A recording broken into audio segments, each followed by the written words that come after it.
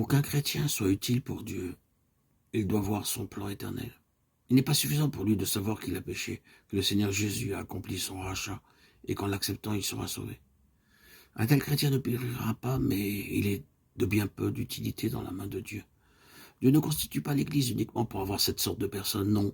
Il édifie l'Église afin de se procurer un peuple qui connaisse ce qu'est sa volonté et son plan en Christ. Cette connaissance requiert la révélation venant du Père qui est dans les cieux. C'est ainsi que nous verrons que le Seigneur Jésus est le Christ de Dieu, qu'il est loin de Dieu, le Mashiach, celui qui a été oint. Il est la tête de l'Église qui est son corps rendu participante à son onction. Nous avons besoin de confesser que le Seigneur Jésus est le Christ et de déclarer que nous sommes chrétiens. Nous sommes à Christ et nous avons aussi part à son onction. Le jour où Dieu ouvre nos yeux, nous commençons à réaliser que, bien qu'étant chrétiens depuis de nombreuses années, notre horizon était bien étroit et qu'après tant d'années de travail, le domaine de notre activité était très limité. En ce jour, Dieu nous accorde son onction et nous voyons alors la grandeur de son œuvre. Ce qui est surprenant toutefois, c'est que certaines personnes déclarent avoir reçu l'effusion du Saint-Esprit et cependant, elles ne sont pas entrées dans l'œuvre de Dieu et n'ont pas vu pour quelle raison son onction est donnée. Nous devons demander à Dieu qu'il ouvre nos yeux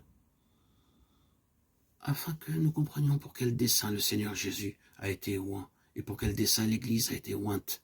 Car l'huile d'onction que l'Église a reçue est la même qui a été répandue sur la tête, qui est Christ. Nous avons besoin de connaître aussi que le Seigneur Jésus est le loin de Dieu, de même qu'il est aussi le Fils de Dieu.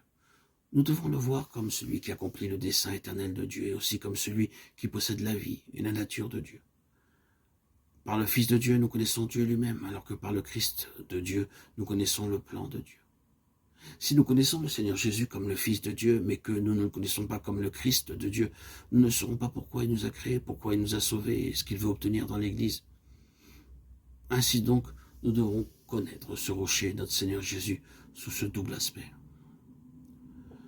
Ce rocher, c'est ce que le Père a révélé à Pierre. Nous avons besoin que Dieu nous fasse voir combien grand est cet homme, le Seigneur Jésus. Nous devons le voir intérieurement, puisque ce n'est pas la chair et le sang qui peuvent nous le faire voir. Le sang se réfère à l'âme et la chair au corps. Ni l'âme ni le corps ne peuvent nous aider à connaître cet homme que Dieu a élevé.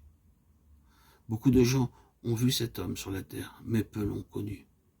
Beaucoup se sont pressés autour de lui, mais cependant peu l'ont touché. Certains ont été guéris par lui, mais encore une fois, peu l'ont connu.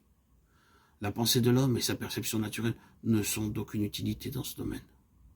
Le Seigneur Jésus a dit à ses disciples, « Heureux sont vos yeux parce qu'ils voient et vos oreilles parce qu'elles entendent. » Je vous le dis en vérité, beaucoup de prophètes et de justes ont désiré voir ce que vous voyez et ne l'ont pas vu, entendre ce que vous entendez et ne l'ont pas entendu. Matthieu 13, 16, 17.